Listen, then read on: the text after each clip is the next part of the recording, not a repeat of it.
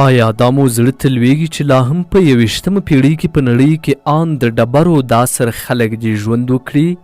هغه هم نه ډېر لري بلکې همدلته دا سنتنیل شمالي جزیره ده. د نړۍ د ګڼې ګوڼې ځای ورڅخه جوړ شوی دی. د هند د سویل په 1300 کیلومتر کې او د میانمار د جنوب په 300 کیلومتر کې یوه داسې جزیره پرته ده چې له ټولې نړۍ سره توپیر لري. په دې شاوخوا کې ډېرې جزیرې شتون لري چې ټولې د هند هیواد اړوند کیږي. خپله سنتنیل چې موږ یې په اړه خبرې کوو هم د هند هیواد اړوند ده، خو پوښتنه دا ده چې دومره ډېرو جزیرو کې ولې سنتنیل جزیره له نورو توپیر لري؟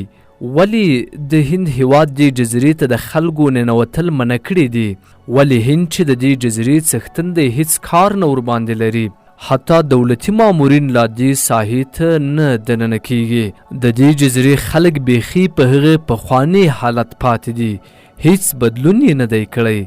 که چیرته دې جزیرې ته دننه شي دا فکر به وکړي چې نږدې 10-20 کاله شاته تللي یاست. له دې سره د نصیر احمد احمدي جوجو ناول رایاد شو. هغه خو لا یو څه په انصاف و داسې ملت ته راغلی و چې څو سوه کاله شاته پاتې و. د دې جزیرې خلکو خو بیخي تر بړستنې پښې رایستلې. دا جزیره د هند اړوند ده، خو هلته چې کوم کسان ژوند کوي په هغو به نو هند او بنګلادیش ښه وپېژني. هغه بیچارهګان لا په دې نه پوهېږي چې هیواد یعنې څه ملامت نه دي، ځکه چې ډېر شاته پاتې دي. دا جزیره زرګونه کلونه کیږي چې له خپل شاوخوا سیمې سره هیڅ کومه اړیکه نه لري. د ونو له لرګیو څخه نیزې جوړوي، ماهیان ورباندې نیسي او خوري. د ونو میوې خوري، د ونو په پاڼو خپل بدنونه پټوي.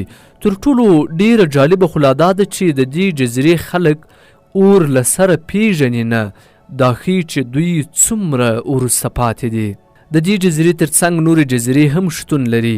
په 50 کیلومتره واټن کې د پورټ بلیر په نوم یوه جزیره شتون لري. یوه هندي جزیره ده، 100,000 نفوس لري. دلته بیا اسمان یوه نیزه پورته ده. ټوکې مې وکړې، بیخي پورته ده. دا خلک برېښنا، انټرنیټ، ماشینونه هر څه لري. یوازې په 50 کیلومتره واټن کې. تاریخ پیژندونکي وایي د لومړي ځل لپاره په 1860 کال کې لومړني انسان هڅه وکړه چې دې جزیرې ته وردننه شي.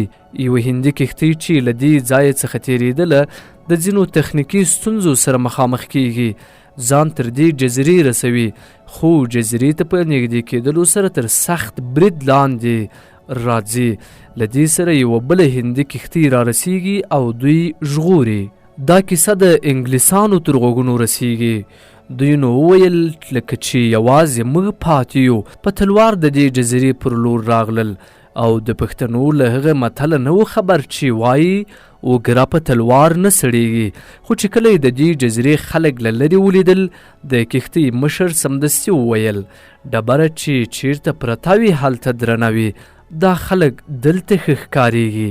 100 کاله وروسته د هند هیواد څو ماهر انسان پیژندونکي دې جزیرې ته لاړل، خو بیا هم د دې خلکو تر برید لاندې راغلل. نیشنل جیوګرافیک د هند د پوځ په مرسته دې سیمې ته لاړل، خو بیا هم د غشو تر توند باران لاندې سار پاتې شول. بې له کومې لاسته راوړنې له یوه ټپي سره ستانه شول. په 1991 کال کې هندي انسان پیژندونکي دې جزیرې ته لاړل. دا نو لومړی ځل و چې د دې جزیرې اوسیدونکو حمله ونه کړه او څېړونکي ډلې له دوی څخه ښې په خراب ویډیوګانې وکړې. خو د ویډیو پر مهال نه د څېړونکي ډلې او نه د دې جزیرې خلک یو او بل ته نږدې ورغلل. کله چې په 2004 کال کې د هند په اقیانوس کې یو لوی سونامي رامنځته شو، د هند دولت وویل چې باید په دې خلکو یو احوال واخلو، مړه دي که ژوندي. په هلیکوپټر کې د جزیرې له پاسه تیریدل ګوري چې لرګین غشي د هلیکوپټر په لور ویشتل کیږي. له دې سره پوه شو چې ژوندي دي. پیلوټ سمدلاسه وویل بد بوټی بلا نه وهي.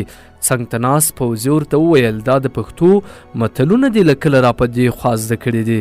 راوروسته 2 کب نیونکي د دې خلکو له لوري ووژل شول. له دې سره د هند دولت دې جزیرې ته د خلکو تلل په کلکه سره بند کړل.